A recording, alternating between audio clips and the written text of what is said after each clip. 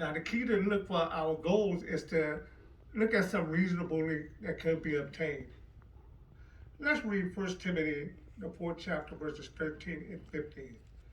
That's 1 Timothy, the 4th chapter, verses 13 and 15. And it says, 13, until I come, continue to apply yourself to public reading, to exhortation, to teaching. 15 says, ponder over these things, be absorbed in them, so that your advancement may be plainly seen by all people. So with the scripture in mind, we might want to work on improving our speaking and teaching. If we improve that, we will become great absorbed in reading and speaking and teaching. And this will be a blessing to your listeners and to you. Let's try setting a goal of studying and applying each of the speech concepts that we get in a brochure. Apply yourself to reading and teaching. You can study one of these qualities at a time and practice it at home. And you can also seek suggestions from our auxiliary counselor. And our auxiliary counselor here in the Bywater congregation is Brother Delroy King. But I'm pretty sure one of the other elders wouldn't mind helping, especially Brother Raymond and Brother Hardy. Let's read 1 Timothy, the 1st chapter, verses 5. 1 Timothy 5:17. And that reads, let each elder preside in a fine way, be considered worthy of double honors, especially those working hard in speaking and teaching.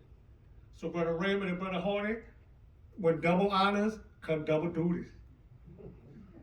Now, regardless of our circumstances, all of us are assigned to preach and to teach and to make disciples.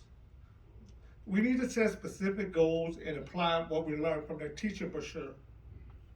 We also could obtain additional practical suggestions from our Christian life and ministry meetings, from the workbook, from the videos, from the sample conversation that we see in our midweek meeting.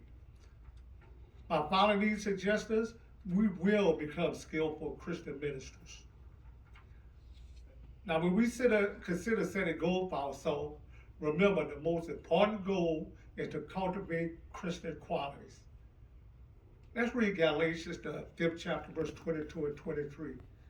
That's Galatians, the 5th chapter, verses 22 and 23. And it reads, on the other hand, the fruit of the Spirit is love, joy, peace, patience, kindness, goodness, faith, mildness, self-control. Against such things, there are no law. Now, regardless of our limitation, I believe that every one of these goals can be accomplished as long as we rely on Jehovah and we diligently work on them.